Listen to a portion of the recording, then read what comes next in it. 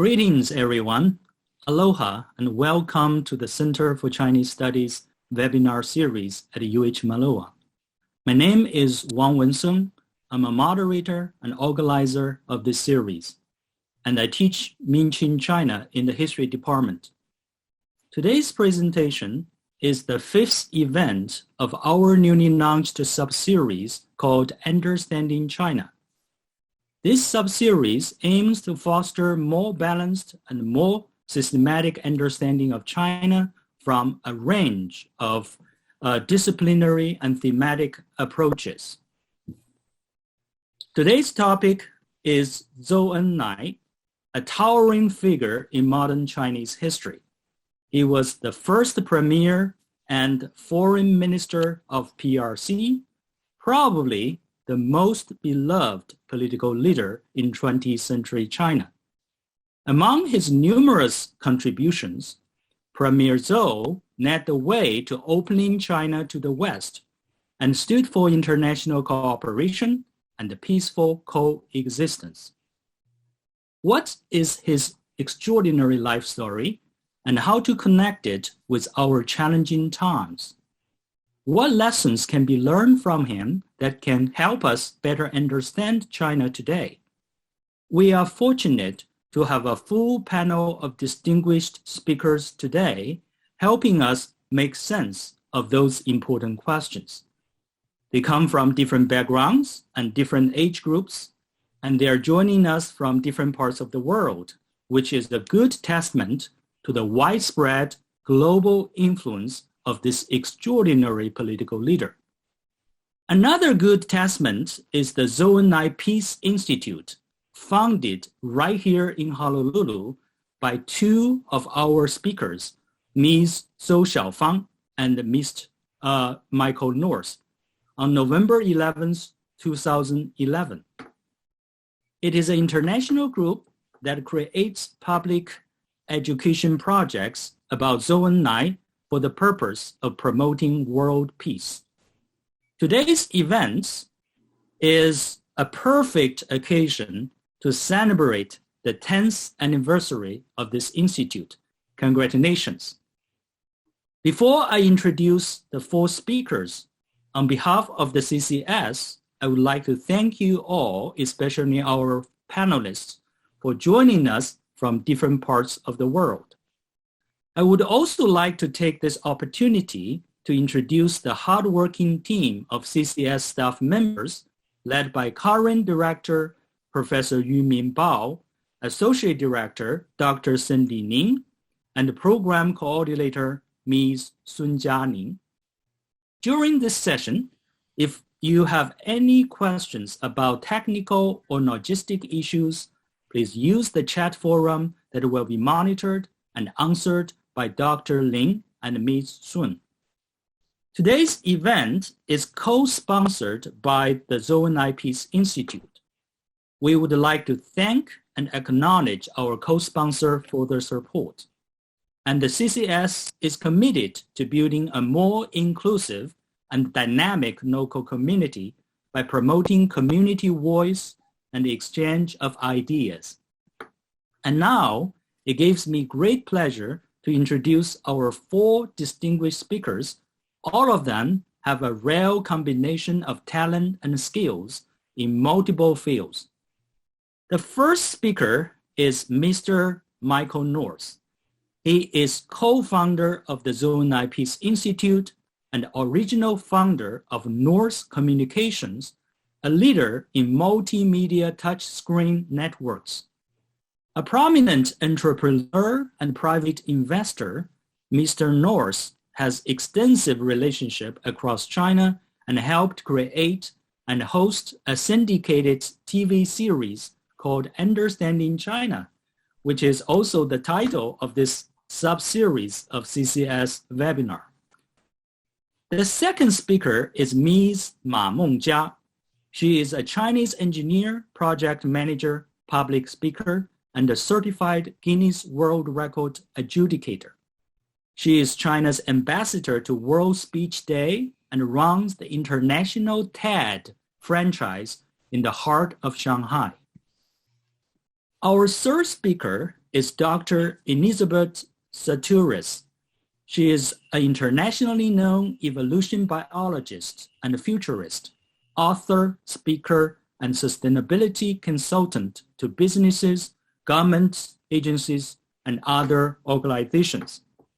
Dr. Sahtouris was professor in residence at Chaminade University, teaching in the School of Business and Communication. She is one of the first American students to visit Beijing in the early 1970s. Our fourth speaker is Ms. Zhou Xiaofang. She is a grandniece of Premier Zhou, also the co-founder of the Zhou Enlai Peace Institute and the president of Asia Pacific Group in China.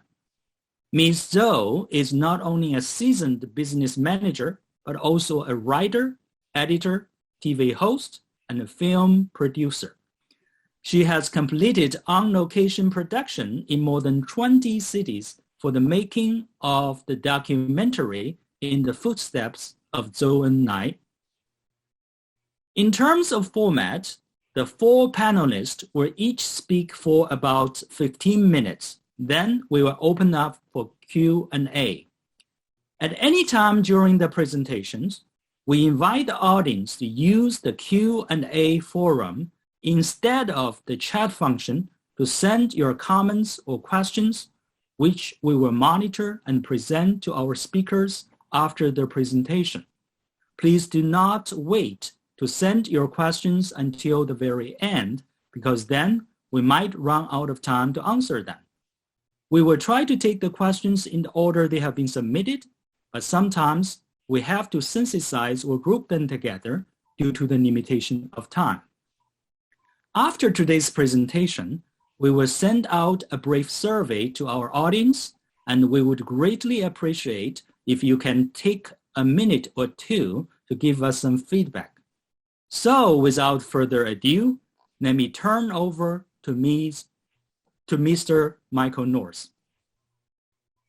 Thank you, Wenshang, and thank you for arranging for this important occasion. We're very honored to be here. Thank you to Cindy Ning, our old friend and compatriot, for keeping us all together and focused on these important ideas of understanding China. It's become increasingly important that people in America understand China better, that people in China understand America better. And one of the ways to understand a nation is to understand the people that that nation most admires, that that nation most identifies with their highest principles, their highest self-image. And meeting that mission, certainly among many, is the former Premier Zhou Enlai. So I'm going to show you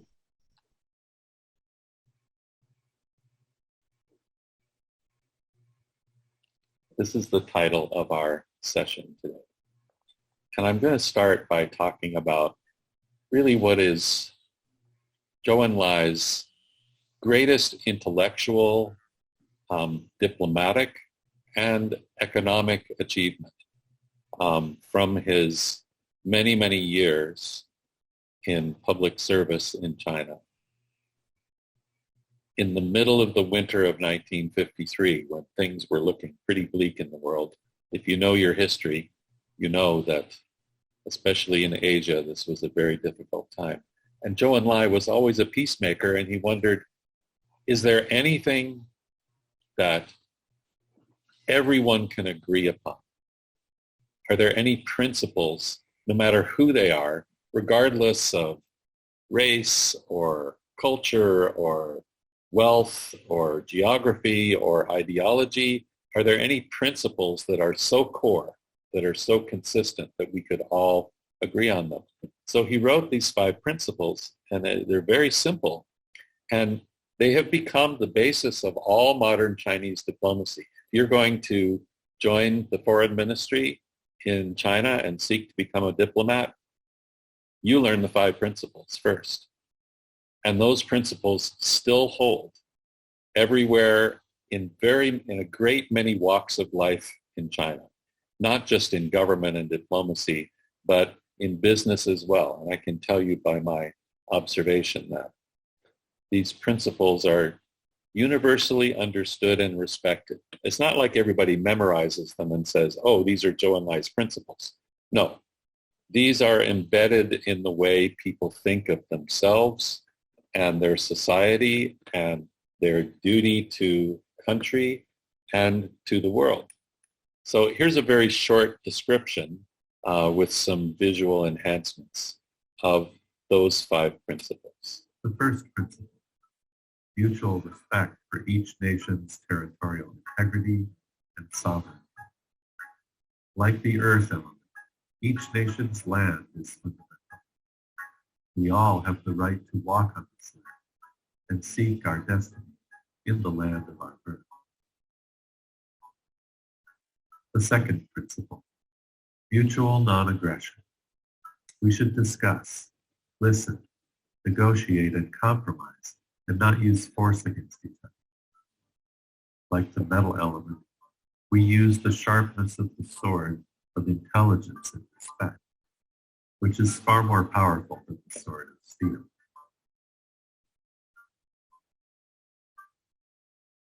The third principle, mutual non-interference in each other's internal affairs. We respect each other's unique traditions, culture, and history, and our individual ways of solving our own challenges. Like the water element, we flow around the rocks of our differences. The fourth principle, equality and mutual benefit. The first 3 principles have developed a framework of respect and tolerance. Each nation is equal, regardless of size or wealth.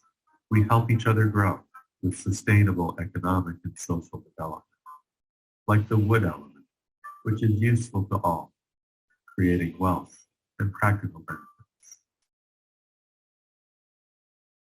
The fifth principle, peaceful coexistence. Now we can see the goal of peace, achieved by living in harmony alongside each other. The meaning of coexistence is that we recognize our differences, our diversity, and we celebrate them. Like the element of fire, the nations are forged together with heat for security and light for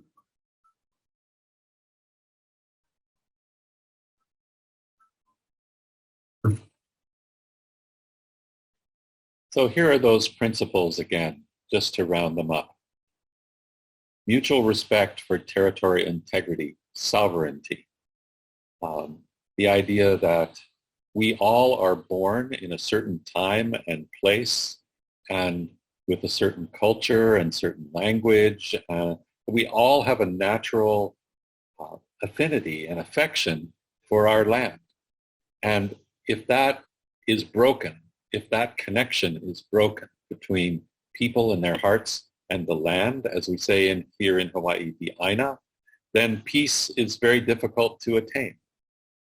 Mutual non-aggression, as a strategy, always look to peaceful expressions rather than aggression. Sometimes it's difficult because action and reaction take control, but with mental discipline and an understanding of principles, to always seek the non-violent way and not to interfere in each other's internal affairs. There's things that people in one country, one culture, one background, they can't understand what might be done in another country, how it might be, how things are seen. There are so many complex historical factors that influence how people see each other, and we should not interfere with each other's each other's way of seeing themselves. Then, very important one that Zhou Enlai was particularly strong on: mutual benefit and equality. Equality is a word that you will come across again and again and again, over and over in every context in dealing with people in China. If you have a strong sense that we are equal, and that we are doing things for mutual benefit, then that is a very strong foundation for a relationship. And finally, the term peaceful coexistence was coined either by Zhou Enlai or right around that time. I don't know exactly how the nomenclature works out, but the idea that a society of equal nations can coexist and thrive, not despite their differences, but even because of their differences, because of the strength created by their diversity. So I want to talk a little bit about one of the seminal experiences of China. And it has just as strong an influence on how the people of China see themselves as the 5 principles of peace. So people have heard the expression, the Long March. They might not understand that there were 100,000 people who began the Long March, and only 8,000 soldiers survived.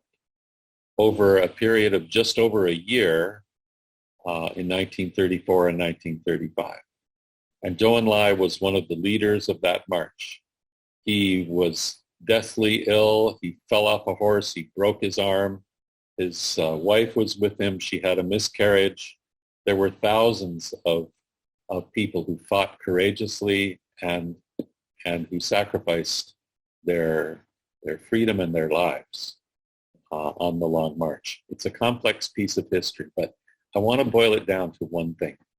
This is Zhou Enlai as he appeared at the end of the Long March in October of 1935. You can see that he's weathered. You can see the long stare in his eyes. You can see the beard, which was not a typical look for him. And you can see the long stare because most of the people that he knew, most of the people that he respected and loved, his brothers, families, his own family, were gone. They didn't survive. Now, something happened just 8 weeks after the end of the Long March, 8 weeks after that photograph was taken, the Xi'an Incident. Now, this is another complicated historical knot, and I'll give you some references to understand it. But what happened was the leader of the nationalist Chinese forces, Chiang Kai-shek, who was an old friend and colleague of Zhou Enlai from their days at the West Point of China, Huangpu Academy, he was captured by the Red Army forces near Xi'an, and he was imprisoned. And because he had done and sponsored such atrocities and attacks against those people, it was assumed that in the brutality of the time that he would be imprisoned or even perhaps executed. Zhou Enlai heard about this and he said, "No, I'm coming." And something happened during a period of about 3 days between these two men, these two strong leaders who had been friends, who became enemies, and now we're sitting in a room together to consider the future of China. And this is what Zhou Enlai looked like after that meeting. Not a lot is known about exactly what these two men talked about during that time. But you can see just by the drama of the change in his appearance, you can see that something profound happened in the heart and the mind and the soul of Zhou Enlai. He was still a young man at this time. He was still just in his late 30s. He was a leader of the army, but he wasn't premier yet. And something happened, I believe, this is my interpretation, okay, some mysterious alchemical transformation happened during the Xi'an Incident, which turned this man into this man. And he was to become the future premier of China. So we're trying to get Mengjia in from Shanghai, and I just had a call from her on WeChat. I'm going to move on through the presentation that she has because I'm optimistic that we're going to be able to include her. But I'm just going to skip over her presentation here quickly, if you just bear with me for a moment, and call upon Professor Elisabet Sahtouris to carry the presentation. Elisabet, I'll bring you back so we can see you, and when you're ready, let me know and I'll go to the slides of the presentation. So I'm very proud, very pleased to introduce Elisabet Sahtouris. You had a little bit of a description of her, but a description of Elisabet Sahtouris' career is not possible to do in 30 seconds. She's had an amazing career a career of service to the whole planet. And we're really honored that she's part of this program. Elisabet. Thank you, Michael. And aloha to everyone today on this important occasion when we're celebrating the great peacemaker, Premier Zhou Enlai. And I was very privileged in 1973 to have a trip to China, not as a student, as was said, but as a professional criminal justice planner at that time in the Commonwealth of Massachusetts. And I went to China with a group called Science for the People. There were 10 of us in the delegation, and that was the 70s, so we were balanced with 5 women and 5 men. And it was the spirit of leaderlessness, no one in charge, which threw the Chinese for a loop because they always wanted to know who was in charge. Now, because I had a close friend, Bill Epton, who was a wonderful New York City leader in Harlem, trying to be a peacemaker when all hell was breaking loose in the hot summers of that time. And he had been in China the year before me as a guest of Zhou Enlai. And so he made Zhou Enlai aware of my presence in this Science for the People group. And therefore, whether my group liked it or not, I got a couple of sessions that were not for the whole group, but were a special privilege. One of them was to go and visit the Hinton family. Bill Hinton and his wife Joan and their kids were strong supporters of China and were living there and doing all kinds of wonderful things. And during the Cultural Revolution, both Joan and Bill had been imprisoned. Those were tough times, right? And they had both survived that imprisonment, being just as strong about what was happening in China afterwards as before, which I found of interest because I had a whole private afternoon where I was taken in a private car to their home, and no one came in with me. We were alone that whole afternoon. And then the other thing that he arranged for me was a meeting with 3 Central Committee members. And that was perhaps the most memorable conversation I've ever had in my life. They were obviously picked by Zhou Enlai because the premier himself by that time was very ill and hospitalized and I could not see him in person. But he chose these 3 people for me to talk to. And the most memorable part of the conversation, I remember, was when I had mentioned that I was the state juvenile justice planner and that I had sent young people from Harvard students out into the streets with tape recorders to record the kind of young kids who got caught up in the juvenile justice system and to ask them on tape how their society was failing them and what could be done to improve their lives. And that's what those Central Committee members just lit up and said, now that is good political work. And I said, but I wasn't doing this as political work. And they said, yes, but you're left your left-wing people in China, in the US, are trying to copy us, and you can't do that. You must find out what your own people need, what their needs are, and meet their needs, because we're not even socialists yet, much less communists. We're trying to get there, but we're not there yet, and we love it that you are doing that kind of work in your country. So we were taken to so many wonderful things in China. We got to go to watch brain surgeries with our cameras over the shoulders of surgeons. We were in mental hospitals where the patients and doctors were making music together in little groups to build community.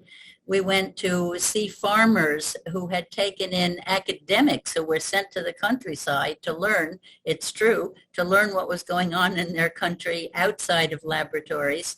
And we then wrote a book later called China, Science Walks on Two Legs, which was a Chinese term for science being done both in the laboratory and among the people, even the peasants who were breeding new kinds of crops and developing insects as pest control of insects and all kinds of wonderful scientific stuff that they were integrating, that science for the people, of the people, by the people, for the people, with the research academic institutions, which had been closed down for the time being.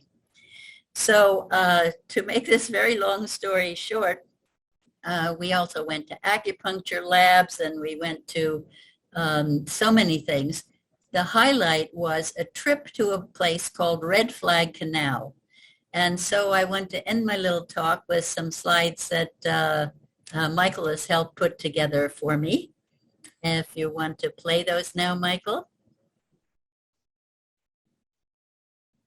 I assume you're there. Yes, here we come.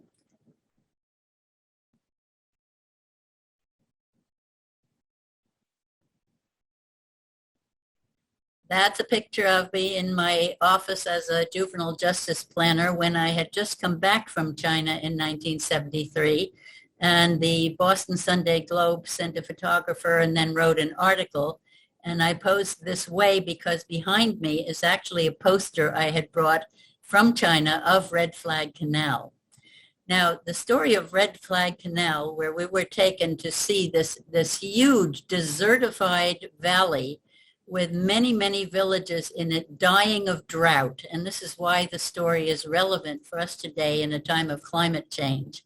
The drought was so severe that the old people were drinking kerosene to take themselves out so that they wouldn't use more water and other resources that the younger people would need. And the young people decided that they wanted to try to bring water from a river that was across the Taiyang Mountains from their actual valley. And this was an incredible suggestion because these were very barren mountains and high cliffs that were sheer rock.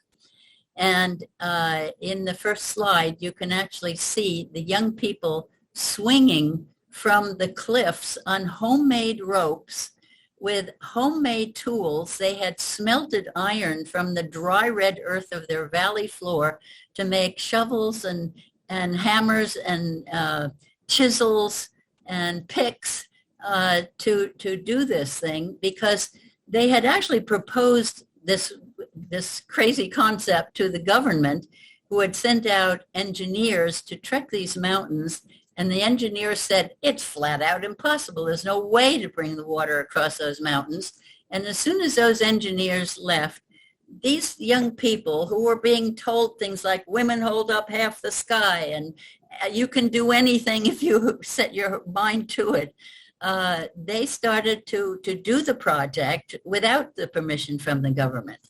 And I interviewed the Iron Girls Dynamite team, who with homemade dynamite were blasting tunnels through mountains, and the guys were building aqueducts that were bigger than the Romans had built with no machinery. Now, these people, they had no money, no resources. This was all bootstrap up peasant activity. And they did it. They connected those aqueducts with the tunnels through the mountains, And it's very hard to find pictures of the way it looked when I saw it, and these cliffs were still bare, but the first water was coming down through. Now, the rest of the pictures show what it looks like more recently, where you see so much green up these barren cliffs, and you see that water coming through one of the tunnels over an aqueduct in this picture.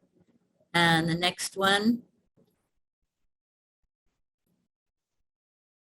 you see so much green and water flowing down, even in waterfalls in places. Now, as it got greener, it attracted more rain, and you can flip through the rest of these, Michael, just to see this amazing channel of water that came all the way across through these mountains. Meanwhile, some of the young people had gone to a county school to learn how to make little electric generators. And so when the water came down into the actual valley, they put these little generators on the water as it fell down to lower levels. And then the whole valley got greened, and we met with Li Shunda, the Johnny Appleseed, as the Americans called him, because he had planted all these fruit trees, especially apples, through the valley as they greened these little villages and restored this whole area back to a livable condition. And nowadays, Red Flag Canal is celebrated as a great wonder of China, which indeed it is. I mean, this is the amount of stone in these walls of these channels could reach around the world if you just lined those stones up end to end. And the valley peasants had chiseled the stones and like ants handed them up, in chains to where the young people were working. And so this amazing, amazing project was done. And the lesson of knowing that doing immense people's projects that save lives and build a better future can happen through sheer willpower, through sheer courage and initiative, that it doesn't take a lot of money to get things done. And so, as I say, we now face climate change, and I so honor Zhou Enlai, the great peacemaker, at this time in China, when we hear so much bad stuff about the Cultural Revolution in those times, and now we know that there were, as another whole side to that, where there were very, very positive things going on, especially thanks to the great Premier Zhou Enlai. Thank you so much. That's the book that we wrote afterwards, published by Avon in New York.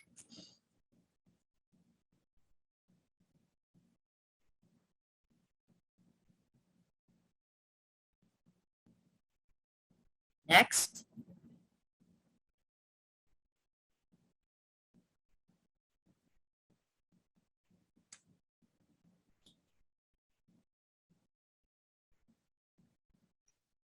What does that book tell us, Elisabet? The science for the people. It's just the story of the adventures we had through the eyes of the 10 people who went, so that each one speaks from their perspective about a particular part of the journey we had. Oh. Is Xiaofang not there? She's here. We're trying to get Ma Mengjia in also, but she's having a problem with her invitation. You know, the link that was sent for her invitation.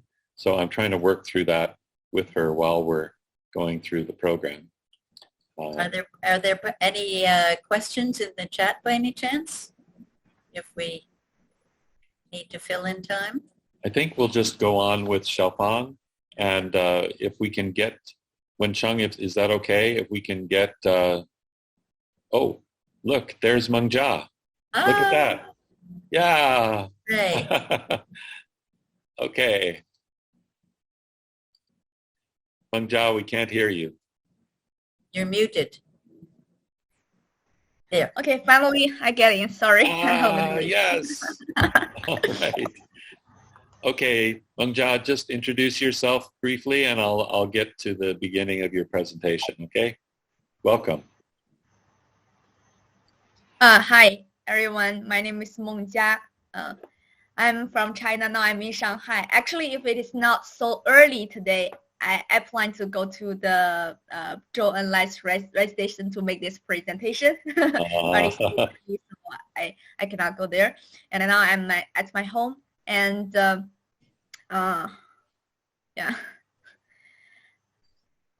I'm now start my own business, and also I have another another project is TEDx. I have been a TEDx curator for almost 10 years, and organized several events in Shanghai. And in the past, I have been a consultant, material engineer, and also project manager. So it's really my great honor to be here to see all of you and to share my stories and my views about the youth.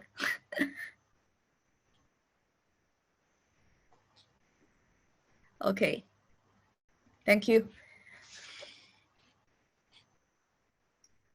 What is this, Mengjia? Yeah, it's the place that we met first time. Yes. And it is in a beautiful old neighborhood of Shanghai. Yeah. It's a Zhou Enlai's residence in Shanghai. It's in the number 73 Sinan Road. And they use this like a contact point for the communist at that moment. But because to avoid the restrictions from the KMT is like Kuomintang. So the external name of this building is Zhou Enlai's residence.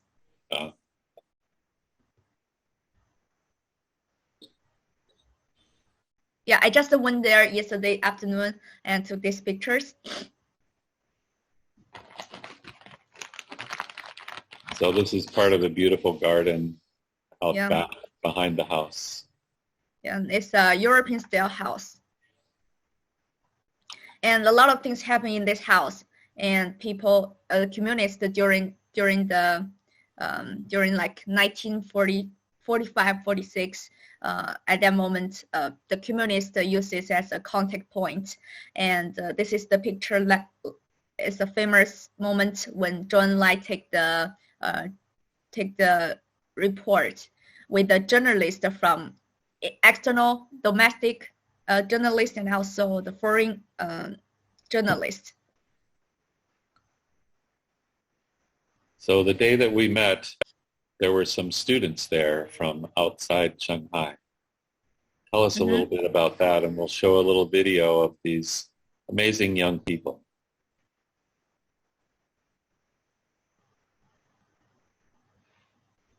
Mengjia? Yeah. Go ahead. Let's just watch the video.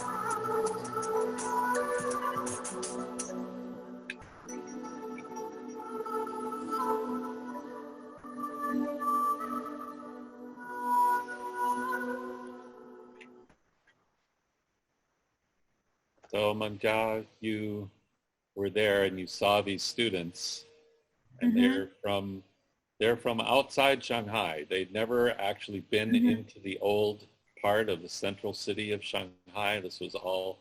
Tell us what you observed. You saw and heard a lot from these kids because we were with them for several hours. What did you see? What was your feeling? I saw the power of youth. Yeah, you know that Zhou Enlai spirit inspires us from since we were very young. I just want to share the story. It's like when Zhou Enlai's 13, he moved from Hawai'i to Shenyang, and he joined the school there. And one day the principal asked the students, like, why are you studying for? What are you studying for? And some students said, I'm studying for money. I'm studying for to be a leader. I study for family. Or even someone said, I study for that. And when asked Zhou Enlai stood up and said, I study for the rise of China, the future of the country. And that's really inspiring.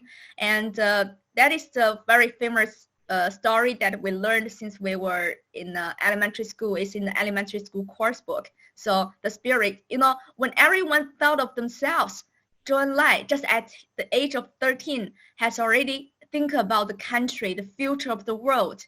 So what a great man. And the spirit inspires us a lot. And also, not only he said it, but he do it. He's always taking action for better of China and for better of the world. And so I think I just saw from the eyes of the youth, the power of youth. They have been inspired by the spirit of Zhou Enlai, and I know that they will study for the better of China as well. And what I want to share is also this sentence: you are never too young to change the world. I believe that I believe that this could be some kind of eureka moment for them to think about the country, themselves, why they are studying for, and what they want to be in the future. So I think it's really a great experience for them to know better about the spirit of Mr. Zhou, and also why they are studying for. So yeah, we stood outside for a while, and you actually shot this video here. Yeah. Zhou Enlai had a dream that China would be united, and here we are in united China after more than 100 years that this struggle began. China is strong and united.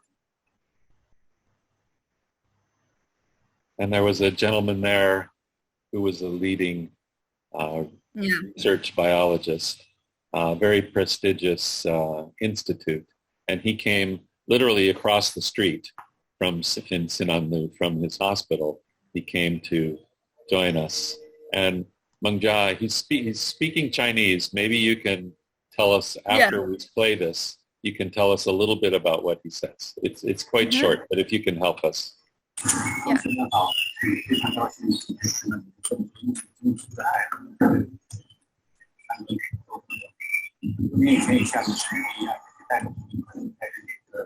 站到这儿的时候，我还记得非常清楚。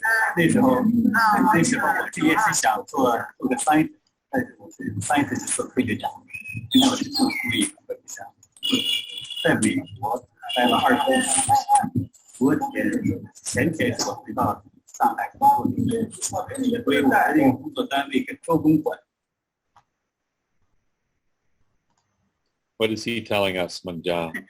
Yeah, he said, it's really nice to meet you all, the youth.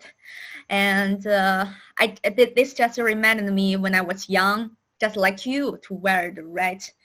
And also, I just came back from America last night. And when I was as young as you, I was thinking to be a scientist. And now I'm a scientist. And I just came back to China, to Shanghai last night. I've been staying in America for over 20 years, and now I'm working just not far from here. And here We have, Yeah, I think, because he worked in a Beijing hospital. It's just a part, just a 1 block away from this place. yeah. Yeah, And here, he's a doctor. Xiaofang is, this Researcher. is, I think, what you referred to before.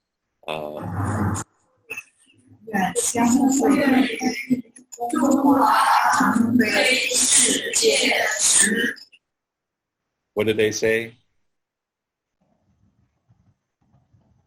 Mengjia? Yeah, right. It's like it's when Zhou Enlai's 21 anniversary, and there is a because before Zhou Enlai go to went abroad to Japan, and someone read this sentence for him. It's like, hope that we can meet again when China is rising up. Right. Well, this is wonderful. Thank you, Mengjia. Thank you for sticking with it and getting to us all the way from Shanghai. Let's see you.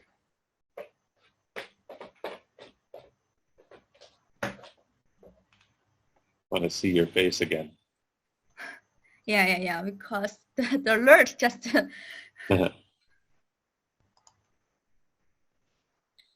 Yeah, thank you so much for joining us, Mengjia. It's really great to see you and to feel your energy, your enthusiasm. You're a young person. You're not much older than the kids in those pictures, and you're just a few years ahead of them, and you're one of the leaders of the future of China. Yeah, thank you. Actually, I know that now we're now living in a peaceful world. We don't need to fight for the future of China. I mean, fight for new China like Zhou Enlai, but Zhou Enlai spirit is also always inspire us. We always need to have our mission and passion for a better world, better China. It's like when I was doing my TEDx events, I also did youth events. A lot of young people stand on the stage to spread their ideas and to spread their stories, and just very inspiring. If you like, I can share some stories about them.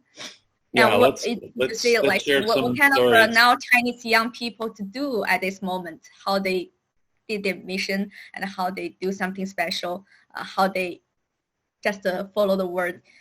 You are never too young to change the world. You know, when Zhou Enlai just fed the new, the young people in the past, they fight for the new China, the rising of China, and they use the new ideas, democracy or science, and to just change the mindset of Chinese people, and that's very important. Also, I'm thinking like me, I'm doing the TEDx event, and it's kind of also to change the mindset of people and to give the people new ideas and to broaden their views. And I think it's just like we are planting a small seed, and maybe in the future it will be blooming up, and we all do something for better of China. And it's like I can share some stories about my speakers, and they are very young. Yeah, I'd like to record some of that, and we can use that as part of the follow-up to this seminar. Can we do that, Mengjia? A couple of stories, some of the, and then we can add that richness to this exchange. Yeah, for sure. Yeah, please stay with us because people will have some questions for you. And I want to move on now to Zhou Xiaofang, who will take us one more level deeper into this question, into these ideas. Xiaofang. Thank you, Michael. Thank you, everyone. Aloha from Honolulu, Hawaii. We're in a global pandemic, and this is the way how we connect to each other through Zoom. And I hope that the sound and the technician, they work very hard in the vaccine to make this happen. And I really like to thank to the Chinese Chinese Studies Center, Cindy Ning, Ningbo, we have Wen Sheng and Jianing. Thank you so much. You guys working so hard behind that.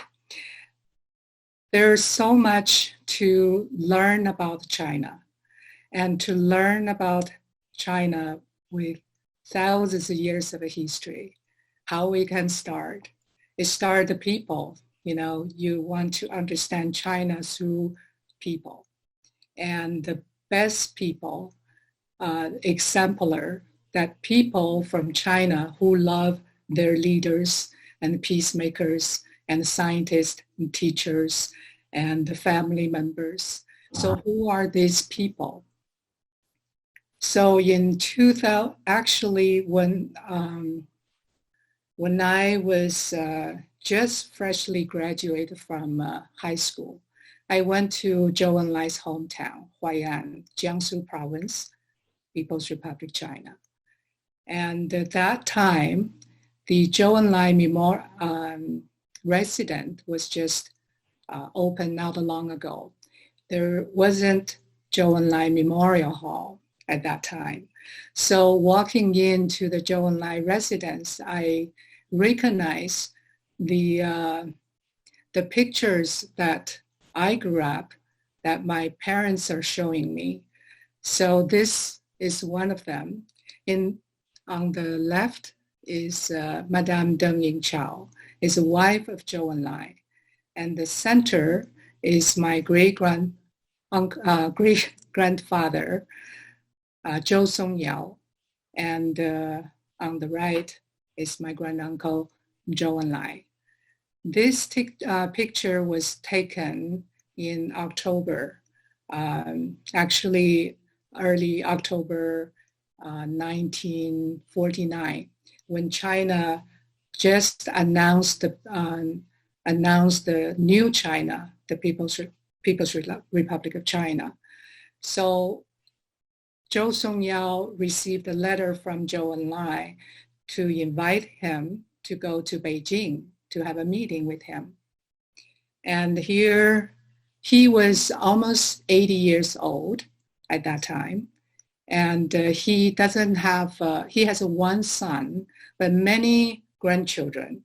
So Zhou Enlai asked him, you can take one of your grandson to come to Beijing. So he chose my father, Zhou Huazhang. He was 19 years old then when they traveled all the way from Yangzhou to Zhenjiang and to Beijing finally, and meet with Zhou Enlai at the West Flower House, which is like a White House, Zhongnanhai. So this is the picture was taken in Summer Palace, my my great-grandfather and my father. So I have learned so much from a family, and one of the important members since we started the Zhou Enlai Peace Institute, our journey actually began. So we traveled over 22 cities and meet everybody who met Zhou Enlai or working at the National Zhou Enlai Memorial Hall. And this is my auntie Zhou Bingde. She is the niece of Zhou Enlai. As you know, Zhou Enlai doesn't have children, and he has 3 brothers. Zhou Enlai is the eldest son, and he has 2 younger brothers. And Zhou Bingde, this picture, is the 3rd brother, Zhou Enshou's eldest daughter. She grew up in Zhongnanhai, very zero distance to Zhou Enlai. And when we traveled to Beijing, I interviewed her. This is a documentary, Follow the Footsteps of Zhou Enlai. So here is a short video. Michael?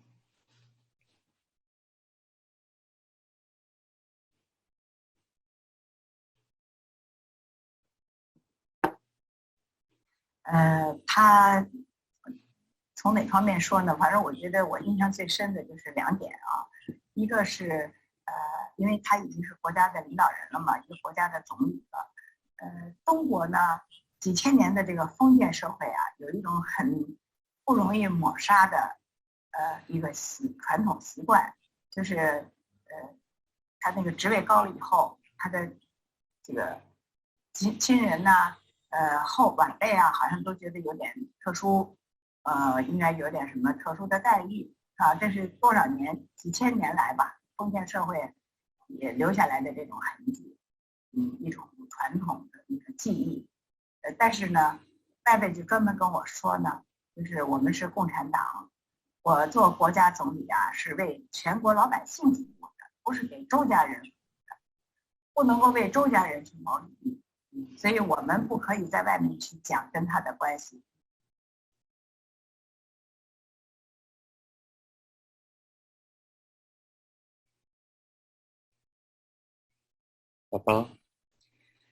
Yeah, and this is the secretary who worked for Zhou Enlai and later to his wife Deng Yingchao all her life. And her name is Zhao Wei, and this is the interview with Zhao Wei.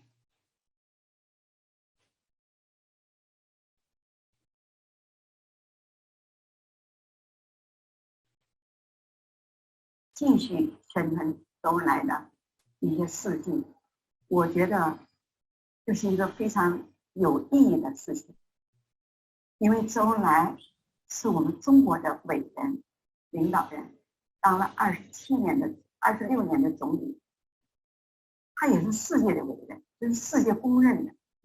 你看，他走了39年了吧？可是现在我们中国人民到了他的生日、去世日，大家都想念他，搞活动。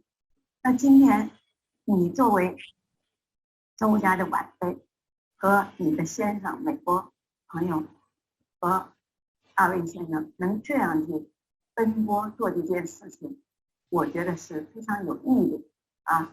你们很辛苦的，因为现在天气比较的热，从南到北，而且雨水今天又多。所以呢，这件事情做成了，我觉得是增加中美两国人民的友谊，让美国人也同样了解周恩来他为什么伟大啊，值得宣传，值得学习。所以在这一点呢，我觉得你们做的是非常非常得民心的一件事。And this is Mr. Chen Han Chu from Guangdong. He is studying Zhou Enlai and also an author.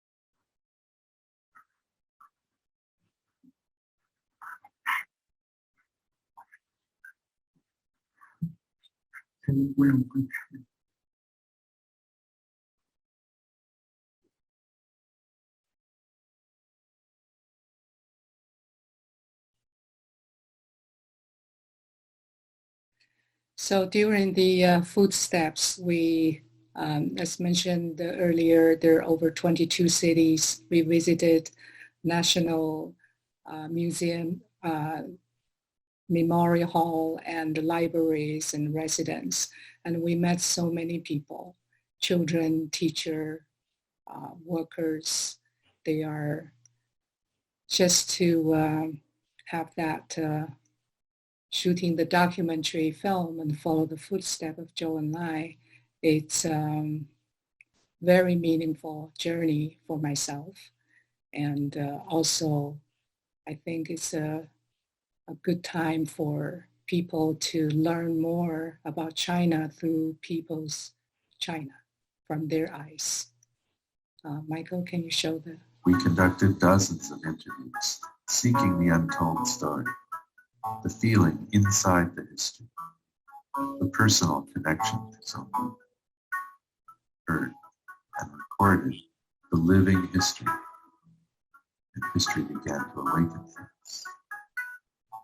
Our footsteps now began to match the rhythm of his footsteps.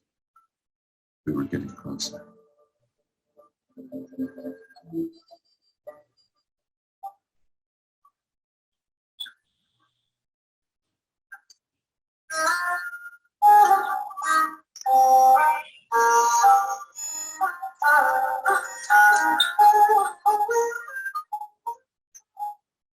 Finally, we found Zhou Enlai in the people who knew him, whose lives were changed by him, in their voices, their eyes, their passion to share, explain, reason about his life as a peacemaker.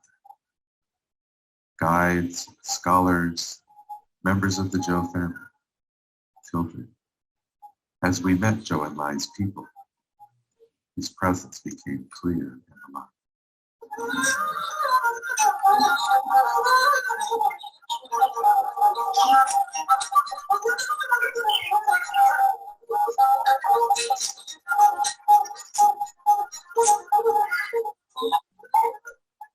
His influence in China continues to grow. Everyone was eager to share their inspiration about him and to support our journey. And his message for the whole world becomes more clear. With a little music, tea, and countless personal talks around a simple family dinner table, we found him. The journey continues. Zhou Enlai left footsteps all over the world. We have many more footsteps to follow and a journey to complete. Words, images, and sound, Zhongli is present today if we are sensitive enough to feel his presence.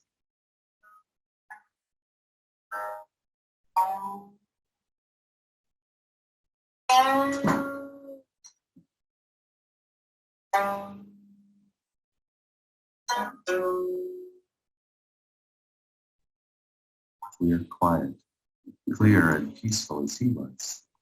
We can hear. We understand, and our respect grows.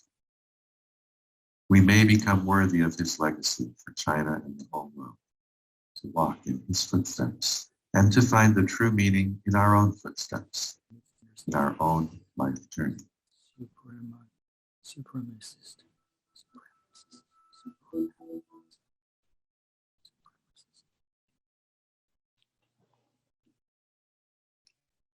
Everyone. Thank you. Mahalo. Thank you all, our four speakers, for your very informative presentations. We have some questions, and let's move into the Q&A session now. The first question I received is from Alvin Jia. Cold warriors are in charge of Biden's foreign policy. They come out of the CNAS and the West Executive. They are dogmatists who insist on misunderstanding China. Is it realistic to hope that they will accept the 5 principles of peaceful coexistence? And how can they, with their Western supremacist attitudes, be convinced to accept and respect for what they consider to be lesser states or lesser civilizations? Okay, this is for any of our 4 speakers. Feel free to jump in.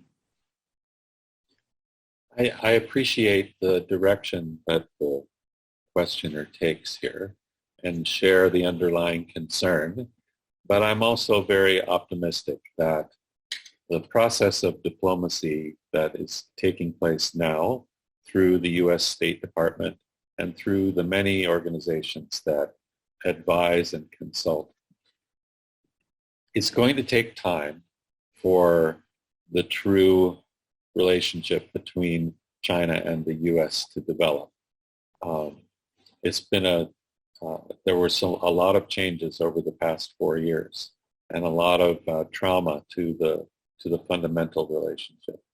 I believe that people-to-people diplomacy, patiently applied by people like us on this call, on both sides of the Pacific, will ultimately prevail, and that the simple message of those 5 principles will ultimately prevail. We just need to have the patience, the intelligence, the resourcefulness, the creativity, to express true meaning and true heart. I know, because I've spent a lot of time traveling as an American in China, that China deeply loves and respects America. America's revolution happened 150 years earlier than China's, but in very interesting ways they mirror each other. And I think that we have still a lot to learn from each other, and I'm looking forward to all of us taking part in that process. It won't be short. It may not be easy. There will be twists and turns, but I believe the result will be positive for everyone.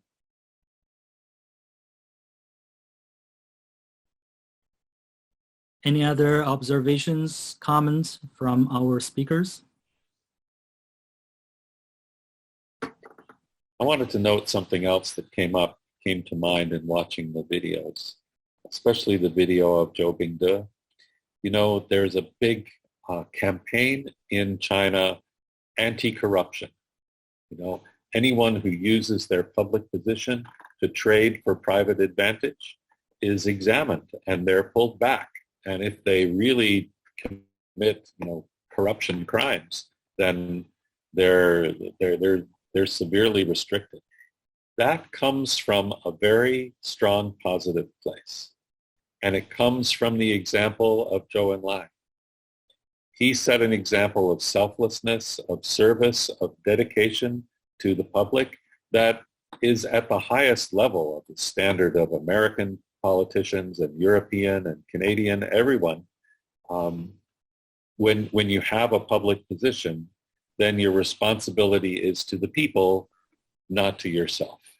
So his example is very strong, and we can see the echoes of that, of those ideas from 40, 50 years ago in the actions that take place today. So I would just urge everyone who watches China, who thinks China, who tries to see China from outside, try instead to see from inside, through Chinese eyes, rather than through the judgmental eyes from outside. Yes, we have our standards and our intellectual, our principles and so on. Yes, that's important. But to really understand, we need to go inside the eyes and the mind of someone like Ma Mengjia, for example, and see China the way she sees it. And then we have a chance to have a true apprehension of this complex and ancient land. Great. Thank you, Mr. Michael Norris. I have a question for our speakers. If Premier Zhou were alive today and he was able to see China's developments and China's changing status in the world, what do you think he would say about China's developments? And what things he would approve of and disapprove of? Why? And given this very bad shape of Sino-American relationship right now, which had fallen to the lowest point since early 1970s, what would he do to fix this relationship, to improve the understanding of the two peoples?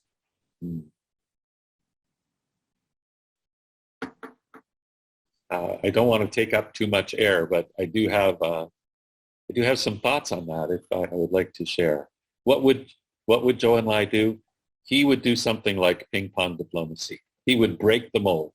He would reach out in some unexpected way, in some personal, some insightful way, to break the mood that has been created and to do a reset.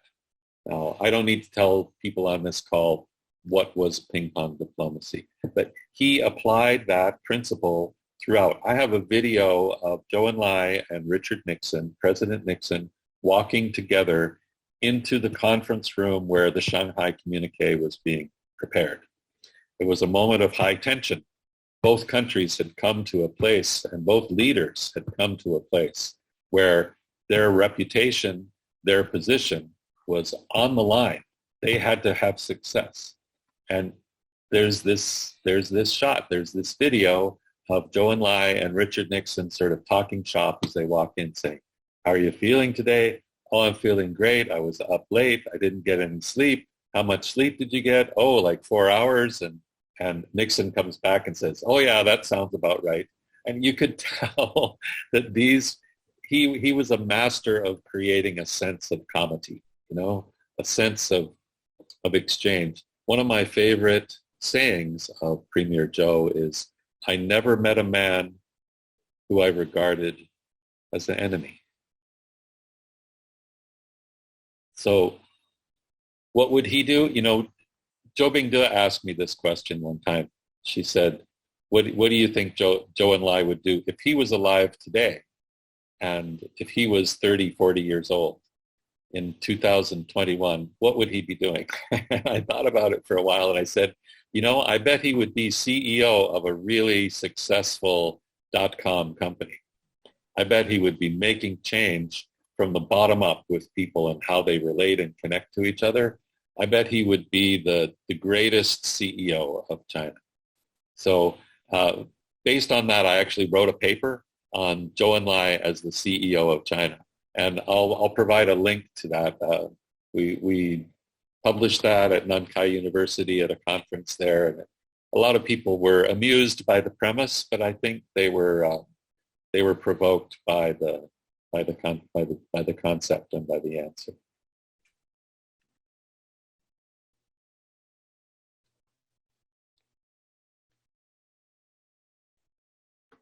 Okay, before I pass on more questions from the audience, Dr. Mark Rafter wants to share his comments about Zhou Enlai.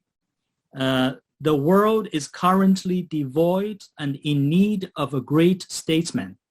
Zhou Enlai was a diplomat, a statesman of the people, one of the greatest Chinese leaders, and one of the greatest statesmen in the world in our time. He sacrificed his life to bring China into the modern world for his people and for peace of the world. They see that panda as China's national treasure, and I see the world's treasure and the symbol of peace. I see Zhou Enlai was not only China's treasure, but a world treasure. Thank you for your comments, Dr. Rafter. We have another question from James Corcoran. Basically, this is a question about some controversy about Zhou Enlai. Of course, Zhou Enlai has its weaknesses. As some scholar put it, he is a giant and he is a flawed giant. So nobody is perfect. The question is, author Gao Wenqian and Jonathan Spence talked of Zhou Enlai having murdered anti-communists in the 1930s, even burying some with their families alive. Is this a needed part of Premier Zhou Enlai's story? And how do you address that? Can I share something about I heard Professor Gao, and he used to working with the CCCPC. One of the colleague, Madame Liao Xingwen, is a good friend and a very strong supporter of the Zhou Enlai Peace Institute. She was here during the announcement of the Zhou Enlai Peace Institute. During when, Michael and I, we always also asking the same question. During circumstances in China, especially during the Cultural Revolution, Zhou Enlai has a 3 option. One, he will say, I'm not going to be part of the wrongdoing, right? So he could quit as a resign of the premier of China. And the second choice, he may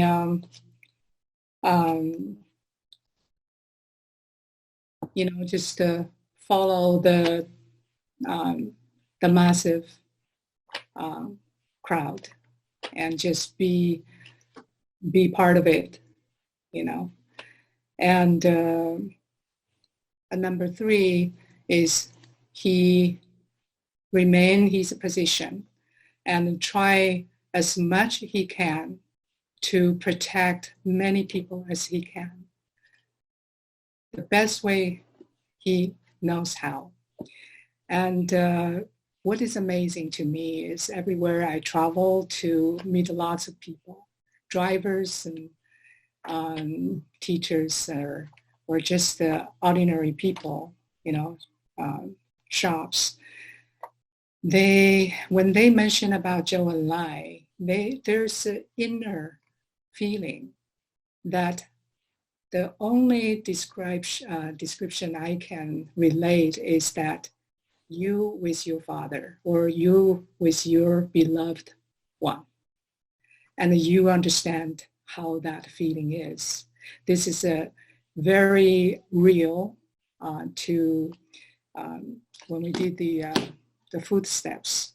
We interviewed all these real people, including students, young students, high schoolers and colleges. And they all feel that without Zhou Enlai's remaining, I think he chose the impossible position during that time. He said this to his comrades, He said, if I do not go to hell, who will be? So I learned what is the mean to going to hell. You have to go through hell to become bigger, much bigger, spiritual. I think that's what he did, to not only save lots of people, but save China and save the world. Thank you, Xiaofang. I think many of us would agree with your assessment and your analysis here. Premier Zhou is not only a peacemaker, he's trying to balance different political pressure and try to achieve the maximum interest for the country, for the government, and for the people. It's an impossible position to be during those very dark period of modern Chinese history. Okay, we are running out of time. We have one final question, which is directed about the Zhou Enlai Peace Institute. Is the institute helping guide what is coming for China's people and politics in regards to climate change and the endless work needed to mitigate and manage, not just there, but globally? This is from James McKay. Hello, James. Good to hear from you. Good to see you. And the answer is absolutely yes. The great direction in China right now, taking the lead, is in green technologies, sustainable economy, and carbon reduction. The commitments that China has made just in the past few weeks are far larger than any other country. Of course, China is one of the biggest emitters of CO2, so they have the most room for improvement. But they've made some bold initiatives, and they're putting the public policy and the private investment behind those principles. We see it all the time. We hear it all the time. Xiaofang and I are involved with a business that involves magnesium, which is a light metal, much lighter than steel and aluminum and more efficient for building industrial infrastructure. We're going from the age of heavy metal to the age of light metal.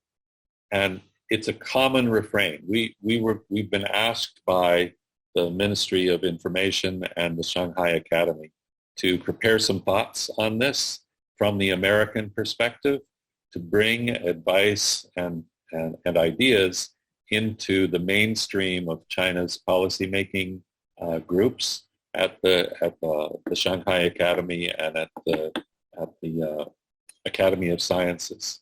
So we know that they are taking this seriously. They're thinking very seriously. They're acting very seriously. They're providing big incentives for this development to take place.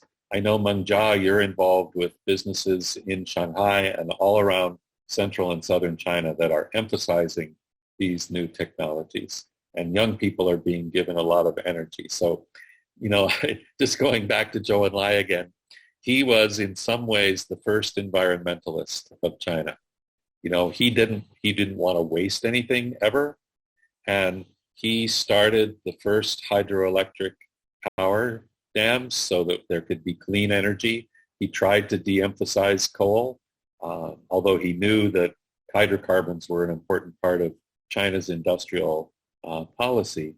He was from the very beginning wanting there to be clean energy. So I'm really optimistic that that's one area where China and America, Europe, and the other powers can work together, can collaborate together, and that action against the global pandemic is another area where we can clearly have strong collaboration, and that the sparks that are struck by those efforts, maybe they're small, maybe they're not seen, maybe they don't make the headlines, but the personal connections that are formed through those could be the way that we find our way through this current time of misunderstanding between America and China. So watch this space. I will send some information about this to the people who are participating.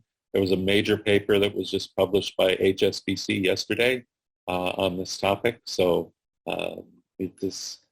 let's not just watch it. Let's participate in it. Let's act in it. Let's be creators of it. Let's be subjects of it, not objects of it. Great. Our time is running out. Unfortunately, I have so many questions to ask our speakers, especially Dr. Sahtouris. Your trip to China in early 1970s must be unforgettable experience for you coming from America. At that time, the gap between the two countries, the contrast between the two countries couldn't be greater. So I would like to hear more about your experience, but we cannot do it right now. A big mahalo to our speakers again for joining us and for sharing with us your great insights and expertise. Many thanks as well to the audience for your interesting questions and many comments. Before you go, a quick reminder that we have another event coming up on November 17, focusing on Sino-Indian relationship. We hope you can join us again. Happy Veterans Day, and see you next time. Bye-bye. Wencheng, may I offer one final parting thought? Sure. Go ahead. As a celebration of the 10th anniversary of the Zhou Enlai Peace Institute, which it's now November 11th in China, so Ma Mengjia is there. That was our anniversary, was November 11th, 2011. And in understanding who this great man was, we also know that he studied classical Chinese philosophy, that he studied Buddhism, that he was aware of the Tao, that he was aware of Confucius and Lao Tzu, that these were part of who he was. And I remember, I never forget, the moment that I asked Xiaofang's brother, I asked him, the first time I met him, I said, what does America have to learn from China? And he said, nothing. So that mystery of silence goes to the heart of the Tao, and we very often reflect on a few words from Lao Tzu. Let me just read what comes up as number 11. Since we're 11, 11, 11, I thought I would read number 11 from Lao Tzu. And Lao Tzu, from thousands of years ago, he says to us today, he says, we join spokes together in a wheel, but it is the center hole that makes the wagon move. We shape clay into a pot, but it is the emptiness inside the pot that holds what we need. We hammer wood for a house, but it's the inner space that makes it livable. We work with being, but non-being is what we use.